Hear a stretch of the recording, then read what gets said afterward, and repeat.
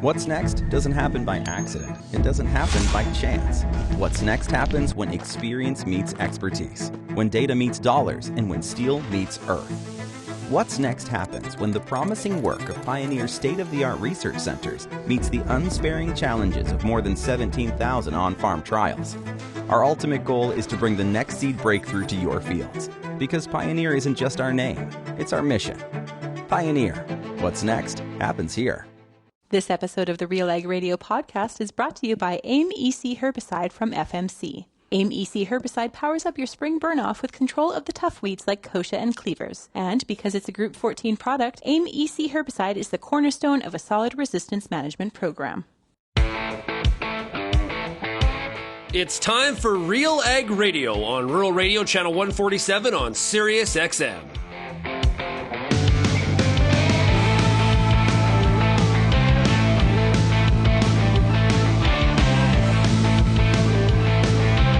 RealAg Radio and RealAgriculture.com is your home for insight and analysis of the issues that are impacting your farm business. Let's get real and get connected with RealAg Radio.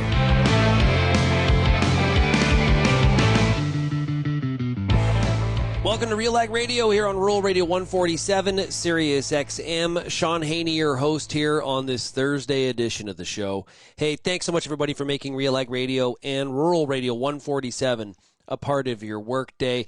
Cherish that you are here, and I thank you so much also for everybody listening out there on the RealAg Radio podcast, and honestly, just being a part of the Rural Radio 147 family. It is great to have everybody join us here today. So on the show today is the Farmer Rapid Fire, where we travel across the country and find out how people are making out in their farms and in their barns and in their ranches, and just see what the vibe is. What's the vibe today in Canadian agriculture, as the kids say. For more than 90 years, Pioneer has developed and tested products to meet your local challenges, with new Optimum Glide canola, Enlist E3 soybeans, to performing corn products and industry-leading traits and technologies to maximize your yield potential. Pioneer's on-the-ground teams can help you get the right products for your fields. Visit pioneer.com/Canada to learn more. Pioneer Seeds Canada is the exclusive sponsor of the Farmer Rapid Fire, and here's what's cool. Okay, I'm here to tell you. Pioneer has signed on to be the exclusive sponsor of the Farmer Rapid Fire for all of 2024. So awesome. That is fantastic. I want to thank Pioneer Seeds Canada for supporting RealAg Radio and RealAgriculture.com in this kind of form and fashion. You know, this is one of my favorite shows to do in the week, is to be able to talk to farmers, and Pioneer Seeds Canada making that possible. So a big shout out to Pioneer Seeds Canada. Of course, you can go to pioneer.com/Canada to find out more. And for our U.S. listeners, just stop at pioneer.com. Yep. And tell them RealAg Radio sent you. That's right. Throw that in there. It's like it now turned into a car commercial. Today's farmers on the Farmer Rapid Fire are Emery Huszka, who's from Ontario. We got Daryl Tuck in Alberta. Rob Stone is in Saskatchewan. Ryan Barrett is in Prince Edward Island. And we'll also be joined by Pioneer Seeds agronomist John Seliga, who is in Ontario. Got a message here from Otto. And Otto says, "It's funny how we don't hear about global warming in weeks like we just had. I am out calving and freezing my butt off at under minus 40. So take that, Trudeau." Thanks for the message, Otto. Yeah, you know, it's and there's going to be people who are going to argue that, well, it's not just about global warming, it's also about the volatility of the climate and the amount of hurricanes and tornadoes. All I know is it's cold. And all I know is there's been lots of winters where it's super cold. And anyway, carbon tax rebates this week, and the carbon tax getting a lot of attention. It's very clear how farmers feel about all this, and they're not happy. And you look at what happened to Alberta last weekend. Think about this mandate that they put in place, where they're going to have all passenger vehicles and light-duty vehicles are going to have to be electric by 2035. And imagine that scenario. Fast forward to 2050, or even be in 2035, and we get weather like we just had, with diesel and gasoline-powered engines. it's difficult to go anywhere and move. And think about it when there's an emergency. And think about if our ambulances were electric powered last weekend when it's like minus 54 with a wind chill in Calgary, Alberta. No, thank you. Because people like reliability as well. So it's, and listen, batteries are going to get better, but there is a reason why car companies like Hertz, they're selling a third of their EV fleet. Why? Maintenance costs, and nobody wants to rent them. And so you can force this down people's throat as much as possible, but the reality is the consumer, I thought the consumer was always right? The customer's always right? Not in this case, but it's going to work itself out. But I know we know very clearly how farmers feel about all of this, and one of the big ones is don't touch my diesel trucks. I've got so many messages like that. Don't touch my diesel truck. Okay, let's park that. When we come back, we're going to start the Farmer Rapid Fire. We're going to start out in Eastern Canada and work our way west. The Farmer Rapid Fire is brought to you by Pioneer Seeds Canada. Co-op knows your community because we live here too. Our teams are your trusted partners with a range of expertise to help support your entire farm operation. And we're giving back. In the past 5 years, Co-op has invested over $1.1 billion in the prairies through building, upgrading, and expanding local facilities. And we've returned over $1.17 billion to Co-op members in the prairies. Co-op, we're all building something for the future. Here for your farm, here for your family. Learn more at coop.crs/farm. The Canola School on RealAgriculture.com is your one-stop shop for everything a canola grower needs. Check out our free video series on YouTube for all the latest in canola agronomy, research, marketing, and more. Don't have time to watch? Download the podcast version of the Canola School on RealAgriculture.com or anywhere you download your podcasts. Stay on top of all things canola with the Canola School on RealAgriculture.com, brought to you by BASF and Invigor Hybrid Canola. Does your N stabilizer contain an active ingredient load high enough to be agronomically effective? If not, it could be costing you time and money. If you're putting down a nitrogen stabilizer, put your trust in Koch Agronomic Services. Solutions like Super U, Tribune, and Anvil. Each delivers high active ingredient concentrations that low-rate products just can't match. Compare how imitator products stack up to agronomically effective solutions at defendyourn.ca.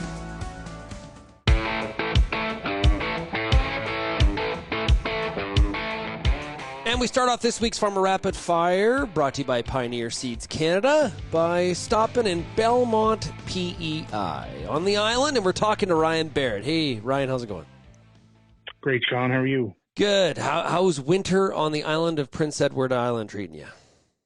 Well, we seem to be getting into the Saturday, Wednesday storm rotation. Seemed to have kind of the same thing last year and just starting up again this year, but we've had... the last couple of Saturdays and Wednesdays, we've had big winds and a lot of rain in a couple of cases, a little bit of snow and then rain, but they closed the bridge here twice to all traffic, which is reasonable. That's fairly rare here because they were gusts up to over 120 kilometers an hour. So we've had some big wind and just very changeable weather, but we haven't had the deep freeze that the West has had. So, it's chilly-ish today by our standards, but it's only about -6, -7, plus some wind chill. So it's pretty manageable so far. Just a lot of up and down. We had a green Christmas, no snow, and lots of days we were still in the plus temps. So things, still growing a little bit, but generally not too challenging. Yes, there's negligible snow on the ground here at the moment. Putting some frost in the ground, which will be good for. Especially in potatoes, it's good for breaking up volunteers and, keeping some of the bugs down and some of the diseases down, that sort of thing. But the up and down weather is a little hard on the calves at home, hard on the young stock. The pneumonias and the diseases always seem to kind of pick their way up or perk up in the sort of when you're up and down on the temperature. Did you say 120 kilometers an hour? Yeah, on the bridge. It's always a little higher in the bridge in the middle of the strait. But but out here, like 75 miles an hour. That's crazy. Yeah. We had gusts inland of 90 to 100 there a week ago. And just last night, it was up 70, 80. So it was, it's pretty blustery. It's like you're in southern Alberta. How are things on the dairy? Good. Things are rolling pretty well.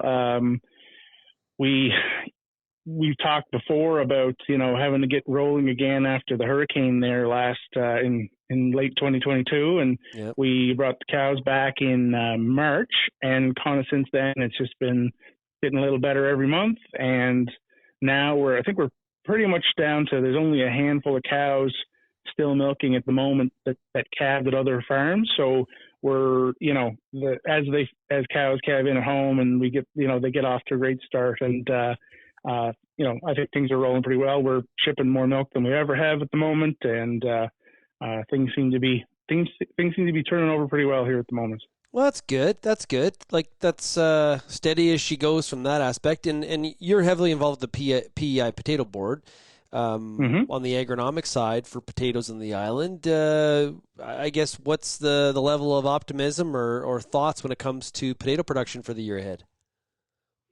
Well, as you know, farmers are generally an optimistic sort, or else they wouldn't be farmers. But I would say, I think things are pretty even keeled here for the most part. We'll see how the rest of the winter goes and how that looks in terms of, as I say, frost in the ground and water recharge and all those sorts of things. But water recharge usually isn't too much of a problem around here compared to the West.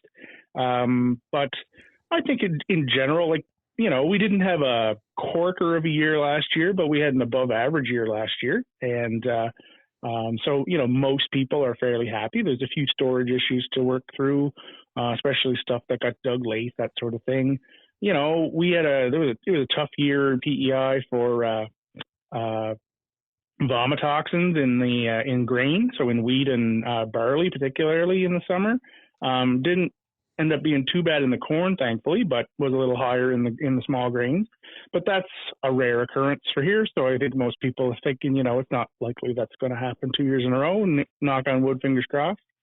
So I think, we just take it 1 year at a time and keep plugging along. There's lots of good events and agronomy workshops and conferences coming up here the next couple of months. I've been working on our potato expo is coming up and like 22nd, 23rd of February. There's soil and crop meetings coming up. I run a bunch of workshops for growers. So it's going to be a busy winter full of learning opportunities, and then we'll hopefully be able to hit the ground running in the spring and keep rolling. But I'd say, most people are pretty optimistic and we're not overly worried about any one thing in particular, I'd say agronomically anyway. Will potato acres be flat, or what's any word on the street there? No, I think they're probably going to be pretty similar. We've only fluctuated between 1% and 2% on potato acres now for 7-8 years, Shaun. It doesn't change too much. Potatoes is such a high cost, high cost crop. It's the guts of $5,000 an acre. Cost of production to grow potatoes. Yeah. So, it's you increase acres only if you have a home for those potatoes, right? So, if there's an individual farm that's got more contract or they've got a new market or something, then they'll look at increasing acres, but that may be offset by somebody else that's decreasing. So we've been about the same acres on potatoes the last number of years. And we've seen yields increasing because I think people are getting better yields off of those acres, but we're not seeing big changes there. It's not like Idaho planted another 25,000 acres of potatoes last year, and that's a quarter of the potatoes we grow here, just by what they went up in a year. So that's we don't get those swings here, thankfully. We are seeing some changes in the other crops. There's definitely more corn being grown here the last few years. We're seeing that a little bit more in potato rotations and other rotations. The people having challenges with grains last year, we'll see what that does on acres this year. winter wheat acres is still pretty strong, still growing, I would say, all the time too. So, but whether or not that changes things for the barley acres and oats and stuff like that, well, I guess we'll know in the spring. But yeah, I just did a survey with a lot of our growers looking at what they do grow in rotations as well as sort of their cover crop acres and stuff like that. And we're definitely seeing more cover crops before and after potatoes. But, in terms of looking at what's growing in rotations, like we've seen soybean go down, we've seen corn go up, and we've seen alfalfa go up a lot the last little while, and some, more like grass legume mixes, that's going up a lot. People using those legumes to help feed the soil ahead of spuds. Yeah. So seeing that a little bit more too. Well, hey, great stuff, Ryan. Really appreciate you joining us here this week on the Farmer Rapid Fire. All the best to you, and stay out of that crazy wind. All the best to you. I'll try. And I'm heading to Alberta in February. I'm heading out in Lethbridge. So if anybody wants to say hi when I'm out in Lethbridge, feel free. Well, let me know. We stop in. We'll have a beer. Sounds good to me, man. Yeah, sounds good. Sounds good. When we come back, we're going to continue with the Farmer Rapid Fire, brought to you by Pioneer Seeds Canada.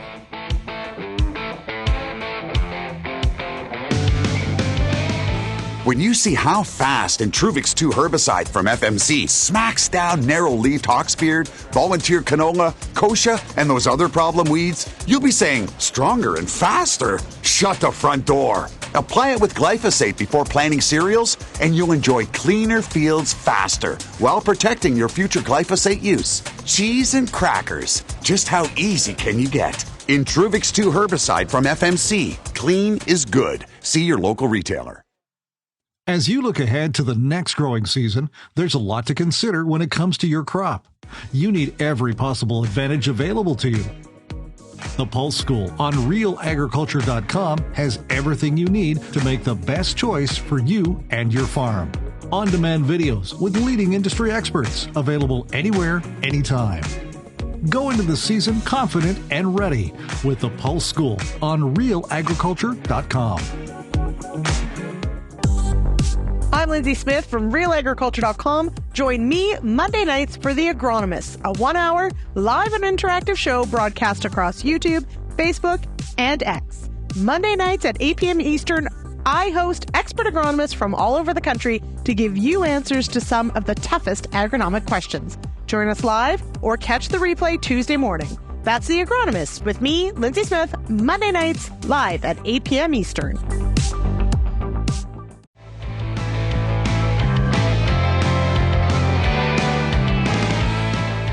We take the Farmer Rapid Fire to Lambton, Ontario. We're talking to Emery Huszka. Hey, Emery, how's it going? Good morning. Good day, sir. How are things in Alberta?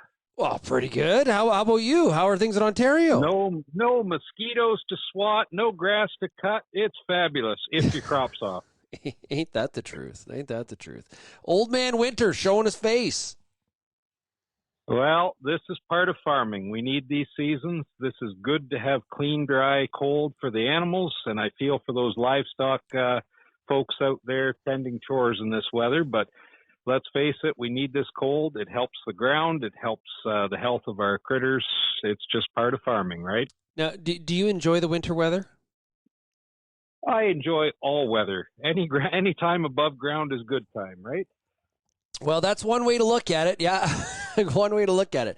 Okay, so how is planning going for the 2024 growing season that's in front of us? Wow, that's the $1 million question, isn't it? Yeah. If you don't look at the market, then hey, the rotation plan is pretty sound. If you look at the current market conditions, it's very difficult to talk yourself into corn, isn't it? Yeah. So when you pencil stuff out, how is it? Are soybeans looking a lot better? Well, we know better. We know we need to rotate, and even if soybeans are better today, that doesn't mean they're better tomorrow. I think from what I've seen, most people are not dramatically altering their crop plans.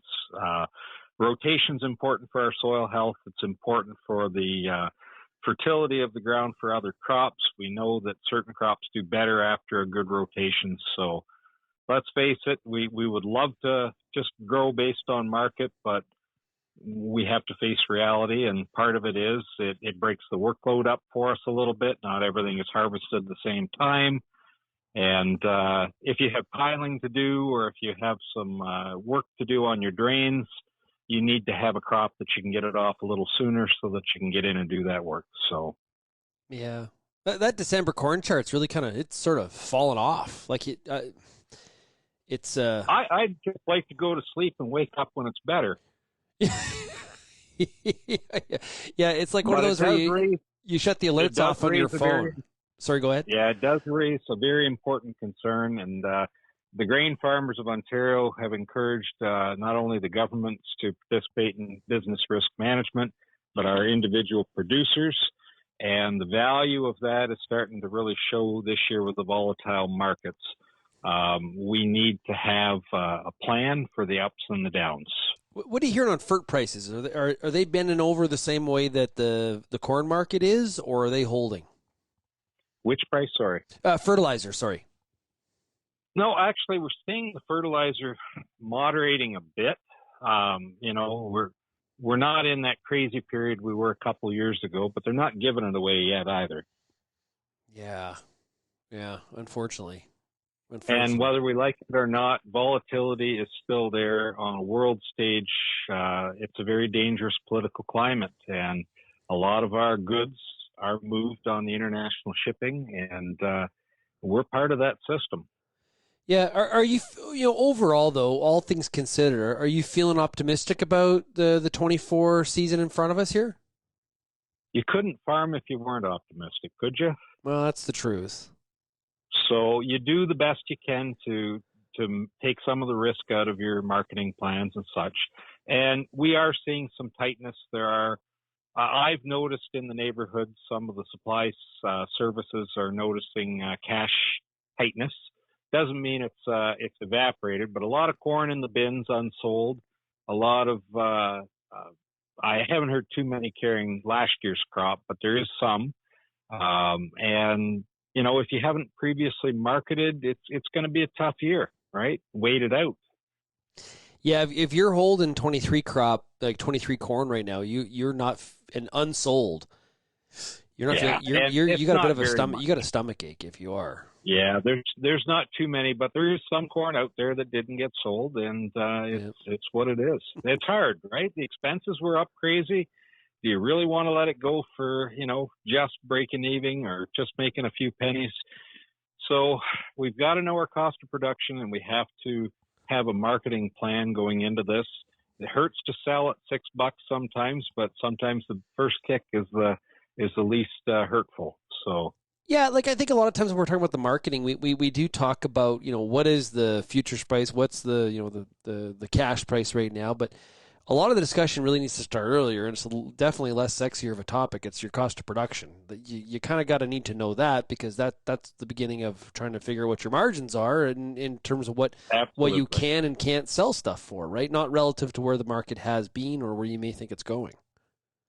Well, I think we have access to a lot of advice and a lot of information that helps us make these decisions today. But at the end of the day, you have to make decisions. If you wait for decisions to be made for you, you're not going to like the results. Yeah.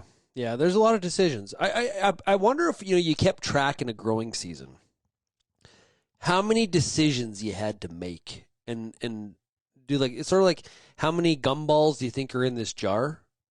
It's kind of it's a bit of a mind bender trying to guess. That's almost a therapy session, isn't it? There's a lot of decisions you're making in a year, like a lot. Absolutely. There's small ones and there's big ones, but farmers take it for granted, but you have to give yourselves a pat on the shoulder. All you out there that are doing this job, it's not easy, or everybody would. And we don't always make the right decision, but we try to make more right ones than wrong ones. And you're not alone. We're all facing it to some degree, some better, some worse. But my heart's out for those people that still have crop in the field, and we're experiencing this terrible market condition for right now. It's not saying it won't come around at some point. It often does, but you still have to still have to make arrangements, right? How much corn is still out there? In Lambton, I would say we're probably 5%, maybe 3% of the crop standing. And those are clay fields where we just had so much water this last season. It was insane. And for those farmers to go on the ground and destroy the potential of that field with compaction, they know better. You have to be patient. You have to wait for it to freeze. And some of those people are trying this week to rescue some of the crop off the field. Yeah, that's where the cold weather probably an assistance, right? Yeah, and unfortunately, Trudeau didn't make that decision-making much better either with the carbon tax on drying. Let's face it, that did influence some people's decisions, whether they pulled off 25% corn or waited a little bit longer. And waiting a little longer ended up with a rainy stretch and precluded the ability to take that corn off. Yeah, it's hindsight, right? It's sort of absolutely, save a nickel and spend a dollar, but it's in hindsight. That strategy may have also worked, right?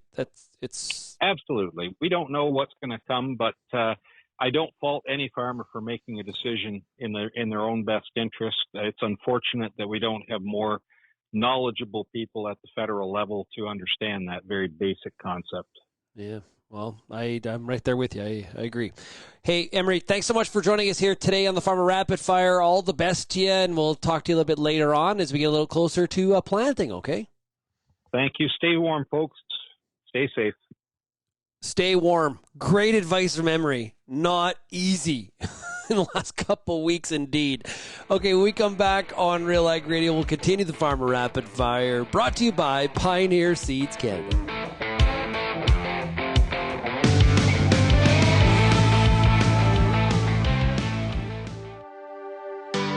Whether you're in a career within an organization, starting your own business, looking for your dream job, running your own farming operation, operating a company in ag or food, or want to hone your overall life skills, this conference is for you. Celebrating over 10 years of bringing women in ag together, join the Advancing Women Conference in Calgary on March 17th, 18th, and 19th. Visit advancingwomenconference.ca for more information and to register.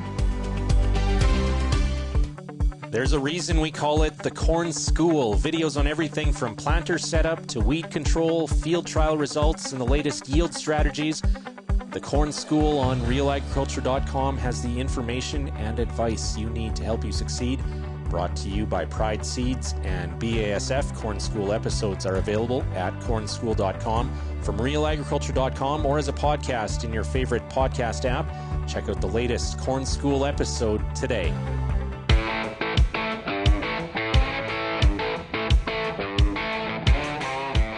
And we take the Farmer Rapid Fire, brought to you by Pioneer Seeds Canada, to Davidson, Saskatchewan, and we're talking to Rob Stone. Hey, Rob, how's it going today on the farm?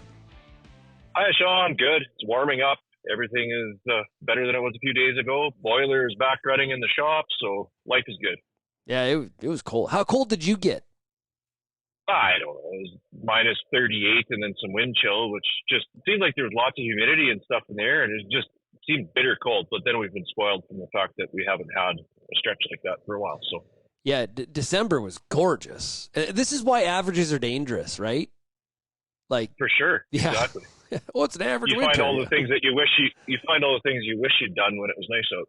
Yeah, when it's that cold. Like, and it just feels so poetic that it was the Week of Crop Production show when everyone's trying to get out and about. But boy, I'll tell you what, it's hard to leave the house when it's that cold.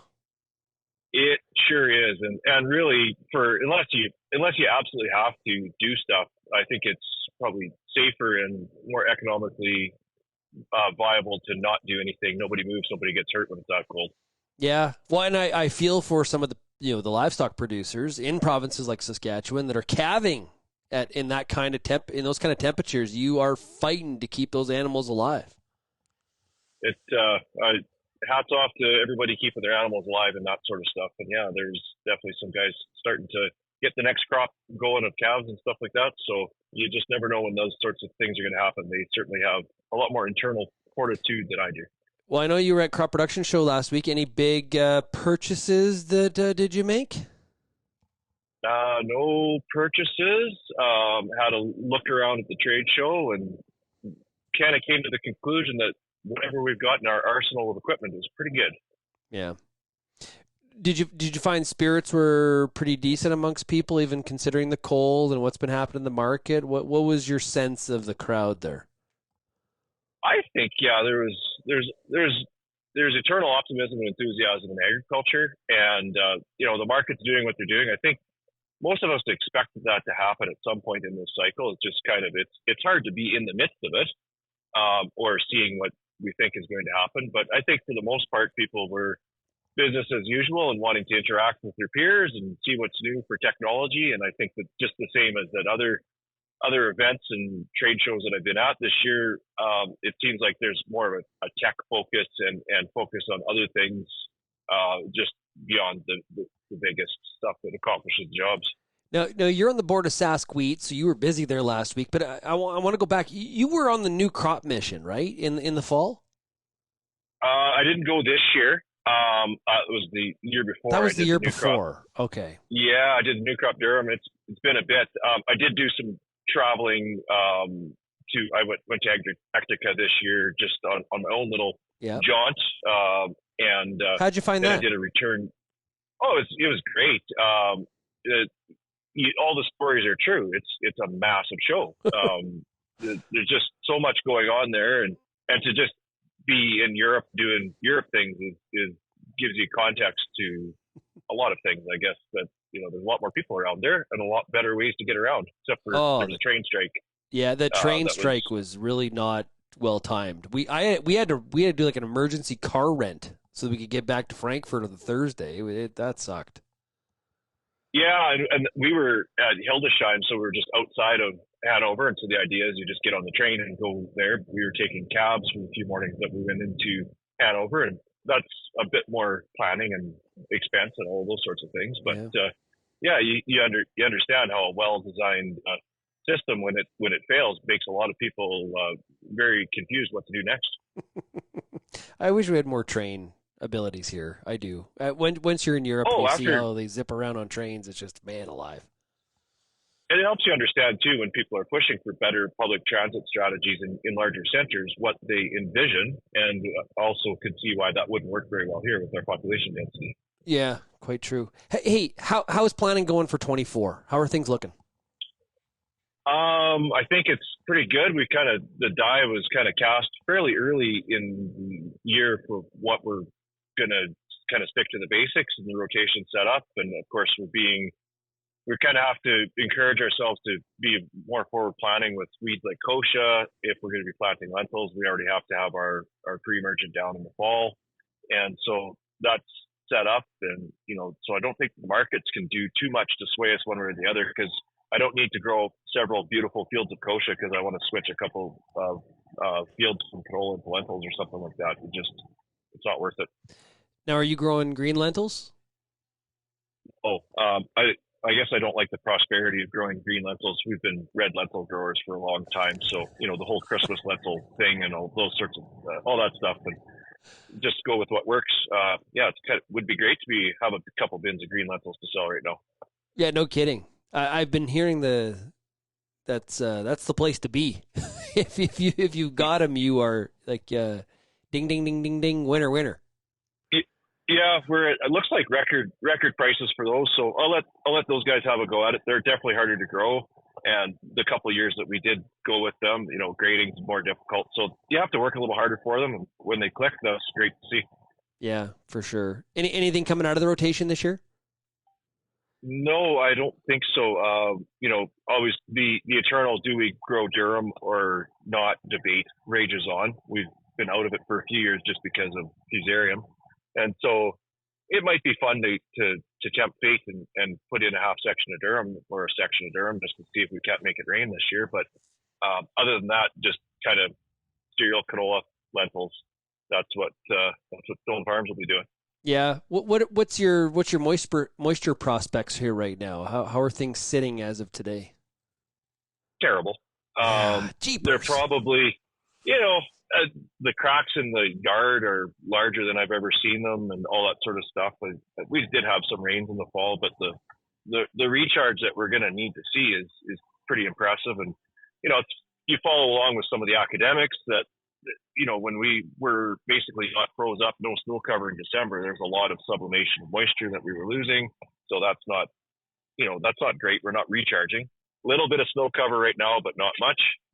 And you're kind of doing our planning for average production right now. So fertilizing for an average crop. All of the zones are set up and have been analyzed that we do have some carryover fertilizer, which is nice. So it's going to be not as arduous to haul fertilizer to the drill next year and those sorts of things. But things can change fairly quickly, and that's where you call the audible, do some top dressing, that sort of stuff. So I was just going to ask you that. Do you have the capability of doing that, like split application at the end, if there is moisture later on in the season? We did some top dressing in 2020 on our wheat. Just streamed it with the sprayer. Just set up a field tank and did it that way. Worked well. So we would be able to do that again. Just assuming that you get the window to do that. The top dressing timing is pretty tight. You always say that you're going to do it, and chances are probably pretty slim that you will actually carry through with it, but you can carry it as a threat anyways. Yeah. Okay. Well, I'm really hoping that you get the moisture you need here. I had somebody tell me last week, and they were, of course, being very hyperbolic, but they said, I got cracks in my yard big enough to repel a miner into. I believe it. Yeah. So it's not good. We need to recharge. I'm just like you. I'm getting tired of talking about dryness. It is. I had probably on Twitter or X or whatever a while ago, I think I did a timestamp thing that by July we'll be complaining about being too wet. And I'll be right one of these years. Well, you know what? Quite frankly, I would be okay with some too wet discussions for a bit. Hey, Rob, thanks. I think so. Yeah, I think a lot of us would be. Rob, thanks so much for joining us here today. All the best to you, and we'll chat with you a little bit as we get closer to seeding and planting, okay? Thanks. Always an adventure chatting with you. I appreciate it. We've got more of the Farmer Rapid Fire coming up. You're listening to RealAg Radio, brought to you by Pioneer Seeds Canada.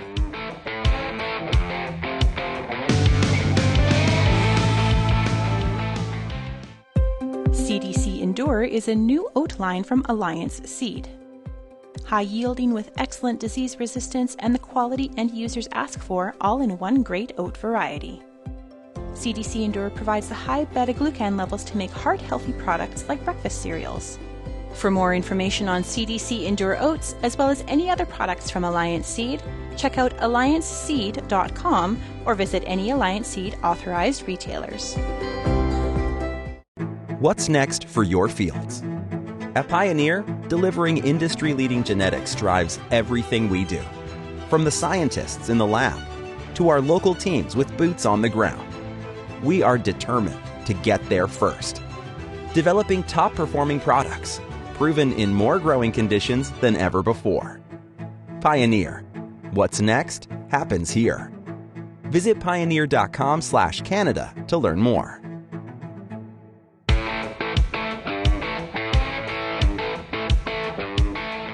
And we take the Farmer Rapid Fire, brought to you by Pioneer Seeds Canada, to Vegreville, Alberta, and we're talking to Daryl Tuck. Hey, Daryl, how's it going today? Not too bad, Shaun. What's happening on the farm this week? You just trying to stay at a snowdrift or what? Well, the past week I definitely didn't venture far. Give me a chance to catch up on some of my bookkeeping here so I can get ready for taking my information into the accountant.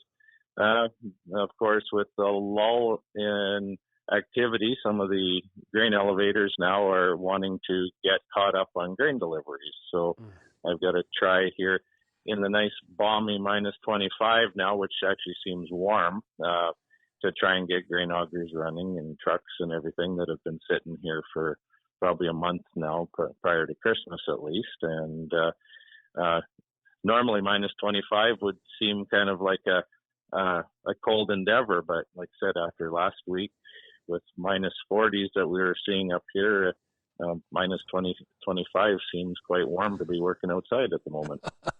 Isn't that the truth? I don't know about you, but a lot of farmers, one of their least favorite jobs is catching up on the administration side, the paperwork, and running, doing office stuff. But nothing motivates a procrastinating farmer when it comes to paperwork than minus 40, I think, eh? Yeah, exactly. Yeah. Yeah. As you look back on the past year, things pencil out okay, or kind of where you thought they would? Not too bad. We had a few pleasant surprises along the way. The weather played on our minds a bit here. Watching our canola, for example, didn't establish very good. We had some establishment issues and some bug issues and whatnot. Seems like whenever you have a field along the highway and it looks crappy, you think you're being judged by the whole community about your farming practices. And, I felt like for at least my canola crop this year that I was the worst farmer in the area. But harvest rolled around and the crop came off way better than I expected or hoped for after watching it struggle all year. So was pleased with that. And in spite of some of the concerns we had at different points of the growing season last year with moisture, we had still one of our better wheat crops, and peas did pretty good and whatnot here where we're at. So Daryl, we were quite fortunate. Are you trying to tell me that neighbors talk about each other? Is that what you're saying? Well, that's what I imagine. You see it from time to time when you're around, people talk about other people, so you have to assume when you're not around, they're talking about you. Wow, that just seems totally out of character. That must be a Vegreville. That doesn't happen anywhere. Yeah, it happens. yeah, I'm sure. Yeah, just Vegreville. Yeah, it happens way too much. If people worried, and this isn't just an agriculture thing. This is like human nature. But if people worried as much about their own stuff as they do about what all the neighbors are doing, it would really increase some of the effectiveness, probably. Yeah, for sure. Yeah. Okay, so you're looking ahead in 2024 here. Even though it is quite cold, we are getting, especially in Alberta, we're getting closer with every day to seeding will be here before you know it. How's planning going for 2024? Well, for me, I'm a little bit of a procrastinator. I'm not forced into doing a lot of tax season pre-buy stuff, so I haven't had to make any of those decisions too early here. So I have some time to look at it. I'm just trying to, finish looking through my soil sample results and figure out what my fertilizer needs are going to be, so I can commit and make sure that my supply of fertilizer is available when I need it. Looking at changing up my peas a little bit here. We've been growing yellow peas exclusively, and of course, it's always that dangling carrot. The green pea prices have been attractive here for the last couple of years, which makes you wonder if maybe a person should switch until I started looking for seed, and a lot of the popular varieties of green peas are, at least locally here, are sold out. So, nothing like high prices to cure high prices. So my concern might be that green pea acres might go up and kind of bring down green pea prices. Yeah. Yeah, no, whether it's green lentils or green peas, my understanding is those are looking pretty profitable, on a spreadsheet at least. Well, for sure they are. The only problem is being that they're more of a specialty type crop, like yellow peas are, pretty generic bulk commodity, but green peas are a little more specialized. It's hard to do any new crop price discovery at this time to lock in some contracts and whatnot. So it's a little less certain. We're looking at what the current market is offering, but that doesn't guarantee if we grow them that that's what we're going to get next fall or next winter. So it's catch-22. Do you speculate and run out and grow some or all of that type, or do you stay with the tried and true? And a little bit more weather risk too, right, with the greens? For sure. You need to harvest them more timely to avoid the bleaching, which would downgrade the quality. So what's your rotation then? let us, like, what is, and obviously it can change, but typically what does it look like? Yeah, for us, we've been focusing on hard red wheat, canola, and peas, and that would be the typical order as well. We grow the wheat on pea stubble and so forth. Yeah. And how's your moisture situation in the Vegreville area? We are extremely dry. Yeah. We've got very minimal snow cover right now. We actually just turned white from snow here in the last week or so. We were white somewhat from just the heavy frost and fog type ice that's formed on everything. Prior to that, I think our last major rain event would have been in early August. So our soil moisture is quite depleted, and it is worrisome going into spring with, further lack of snow cover. Of course, we don't rely on snow for a big portion of our growing season moisture, but it still makes you worry that we don't have even a little bit to refill even some of the sloughs and ponds that have diminished quite greatly over the last two growing seasons. When I think of dry areas in Western Canada, Vegreville's outside of that traditional dry bias area. Like, this isn't something that you run into commonly, is it? No, dry conditions in this area are more cyclical. We do experience them. I don't know what kind of yearly or how many years between dry cycles, but we've experienced dry conditions. Yeah. Obviously, in the past, we are in a black soil growing zone, which typically does indicate the higher moisture area, but we're not very far away from the dark brown area here, so obviously we would run into some of those marginal growing years on a somewhat of a regular cycle. Well, Daryl, I really appreciate you joining us here today. All the best as you break that procrastination and get some of this your planning together for the 2024 growing season, and we'll chat with you a little bit later on in the year, okay? All right. Thank you very much. And we take the Farmer Rapid Fire to Dorchester, Ontario, just outside of London. We're talking to John Seliga. He is Pioneer Seeds field agronomist. Hey, John, how are you doing? Very well, Shaun. Very well. Thanks. Well, hey, it's great to have you here on the Farmer Rapid Fire. So we talked to farmers here on today's show. Lots happening, depending on where they are in the country. What are you working on right now? What are you up to?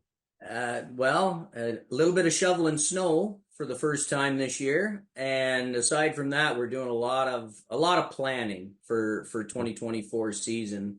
Working with the reps, getting them trained on new product advancements from last year's testing programs, and trying to get organized so that when spring arrives, and it's a ways away, but it's right around the corner, we'll be ready to pull the trigger. Yeah, that ticker's on the wall. It's just counting down every day. We get a little bit closer. Yeah. Obviously, spring weather is going to dictate how closer we are, but we know in general we are getting closer. Now, one of the things that happens from a planning perspective, like I always like to look at some of the data of the research, right? Where it's like, well, here's what we found out this year, and some of the replicated plot data that we do have. Seed companies do this, plot or crop protection companies do it. There's precision companies, but that work really starts now. And it takes a lot of time and planning to make sure that you got the right plot plan that you can execute. What does that look like for you? Yeah. I mean, it is a significant effort on behalf of our company. We work with our sales reps and obviously position all of our new products and existing products that we're currently selling. We have a whole plot system that gets deployed. Reps have an opportunity to place some of these new products with customers for them to evaluate. And we also like to dabble a little bit on the agronomy side in terms of, looking at different population responses. This year, for the first time, since we purchased the company Stoller. Sounds like we're going to be evaluating some of the new biological products. So we're working on setting up cooperators, growers that are interested in that angle of managing the crop. So a lot going on right now, and with fingers crossed, we'll have an early spring, right? What are you hearing from growers, or what do you think are going to be some of the things that need to be going through growers' minds at this time as they do their own production plans for 2024? Oh, sure. I think, the growers, we look to the growers for direction when it comes to planning, because, they have to rely on equipment. And I know there's a lot of maintenance going on this time of the year. But again, back to my original comment on planning, this is the time of year where growers are considering their options for products to be grown on their farms. They know their land base better than anybody, and they work closely with our sales reps in terms of positioning products to take the best opportunity or make the most of each of those products across those acres. Considering in 2023, white mold in soybeans was probably more prevalent in southwestern Ontario, the area that I cover, and of course that's at the top of growers' minds. So they're looking at the products, and they're wanting to know, what are the white mold scores? How are these products potentially going to tolerate another white mold season? Are we going to have another white mold season in 2024? I wish I could predict stuff like that, but I can't. So we are working through that with the customers and trying to best position the products. Another disease that's top of mind, obviously in southwestern Ontario, is gibberella ear mold. We spend a considerable amount of time each season sampling our plots that we put out with the sales reps, taking samples and getting that vomitoxin data pulled in, summarized, so that we can start to understand the range of risk that's involved in growing different hybrids. So those are the things that I think that growers are considering right now. Tar spot, obviously another real key disease for us, a newer disease in southwestern Ontario. Getting lots of really good information, from Albert Tenuta in the plots that Albert runs near Rodney, where he's screening products for tar spot. We've learned a lot in the last couple of years, and I think the customer base is learning how to manage that disease. Great stuff. You're in the deep Southwest. Go Lions. Yes, go Lions. That's right. Right on the edge of Detroit. Good stuff. Well, hey, John, thanks so much for joining us here today. Really do appreciate it. We'll chat with you again soon. You bet. Thanks, Shaun. If you have any feedback on today's show, we'd love to hear from you. Send me an email, shaney@realagriculture.com, or you can call that RealAg feedback line, 855-776-6147. You, of course, do not need to wait to be on the farm rapid fire. You can provide updates on what's going on your farm just by giving us that feedback. And like I've been telling you, for more than 90 years, Pioneer's developed and tested products to meet your local challenges. Make sure you visit pioneer.com/Canada to learn more. Thanks, everybody, for getting real and getting connected with RealAg Radio. And we'll, of course, chat again tomorrow. Cheers, everybody. Thank you for downloading this episode of the RealAg Radio podcast, brought to you by AIM-EC herbicide from FMC. Whether applied with glyphosate or another labeled tank mix partner, fast-acting AIM-EC herbicide is the go-to tank mix product for the hottest burn-off of the toughest weeds. Start out clean this spring with AIM-EC herbicide.